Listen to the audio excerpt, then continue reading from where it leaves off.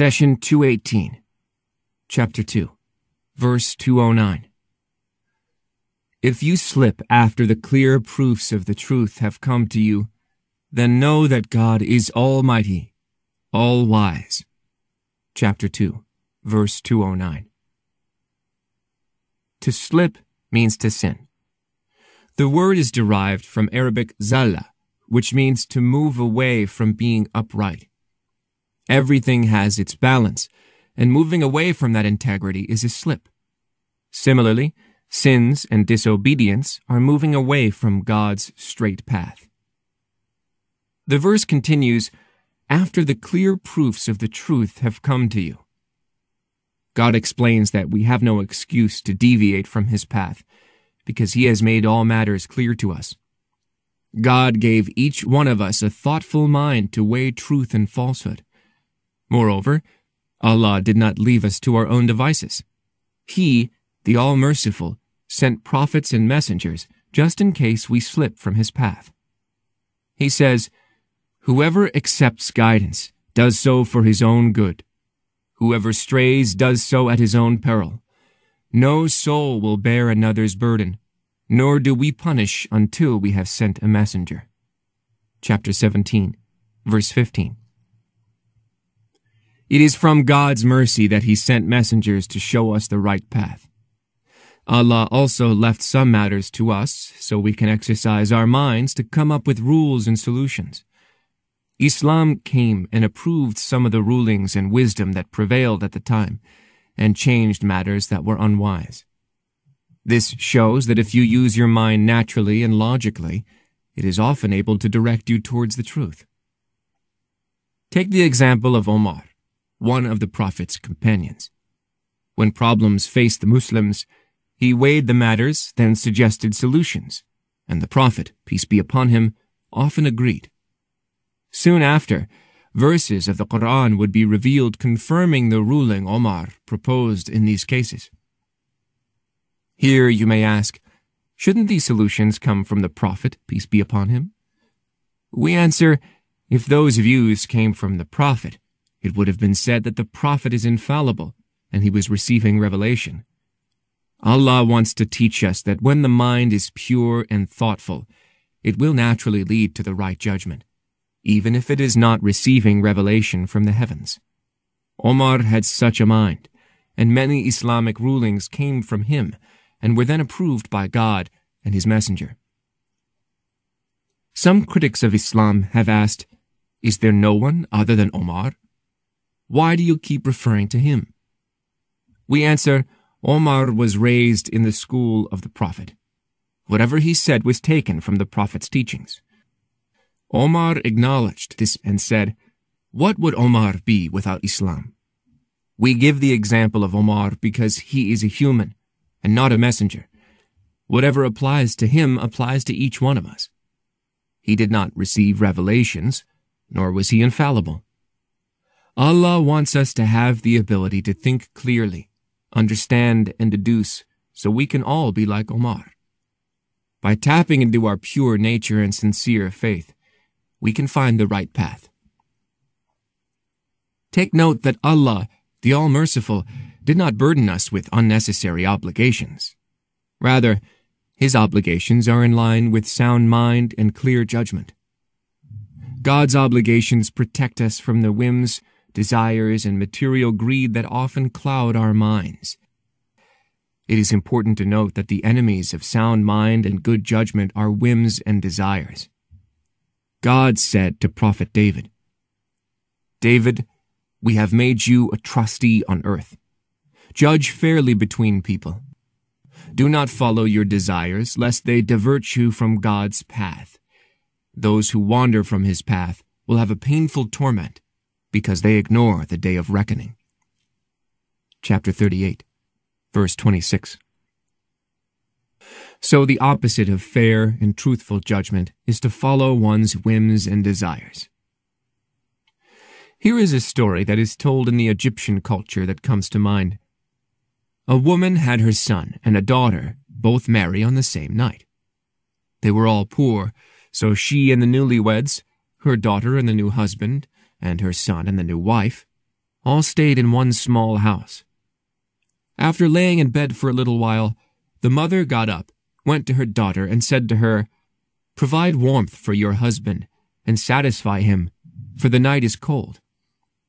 Then she went to her son and said, "Stay away from your wife, and leave space between you, for the weather is too hot."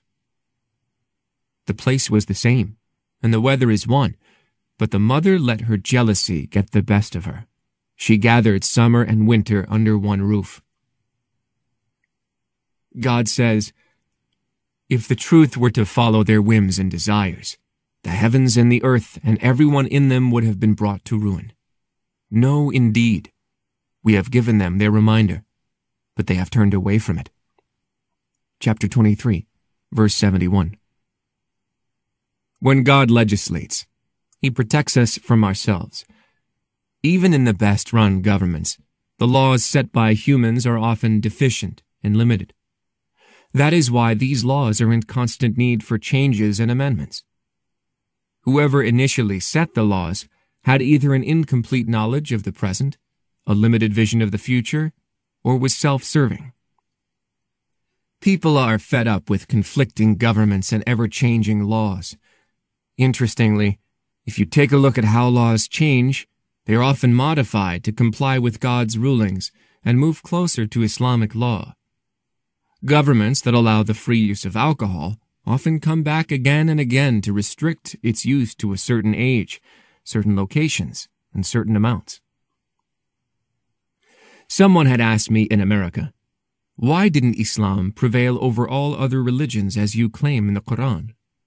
He was implying that billions of people are not Muslim, and referring to the following verse, God says, "He is the one who has sent his messenger with the guidance and the religion of truth, that he may make it prevail over all religions, however detested this may be to those who associate partners with God."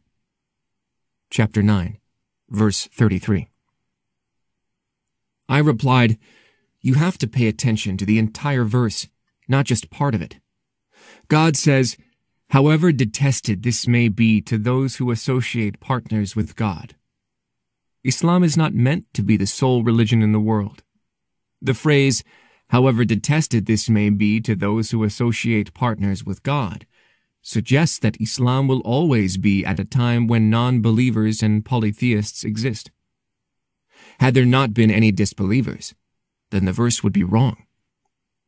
The true power of God's teachings is often observed when non-Muslim legislators resort to Islamic rulings when their system fails. They resort to God's teachings, not as a religion, but as a guide to set laws.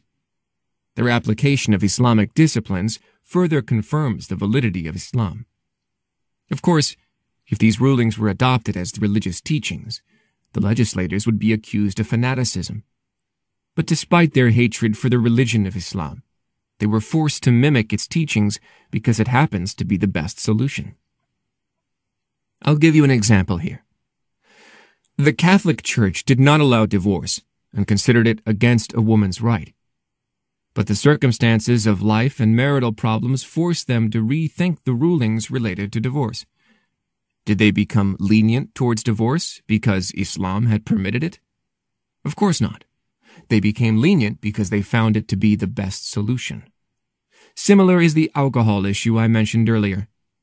It was not Islam that forced changes and limitations in laws. Rather, it was the family, public health, and death-related issues that compelled lawmakers to revisit the issue of alcohol use over and over.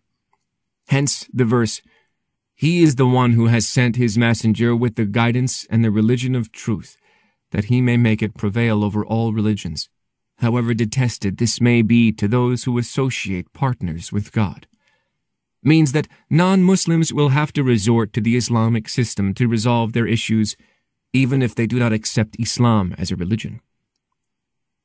This brings us back to the verse. God says, "If you slip after the clear proofs of the truth have come to you, then know that God is almighty, all-wise." Allah is informing you that if you decide to leave God's path, don't be under the illusion that you got away from God's judgment. Do not think that you have escaped your obligation to your Creator. Allah is the Almighty. His might prevails and is never prevailed over. He manages our affairs with mercy and wisdom, and to Him we are destined to return.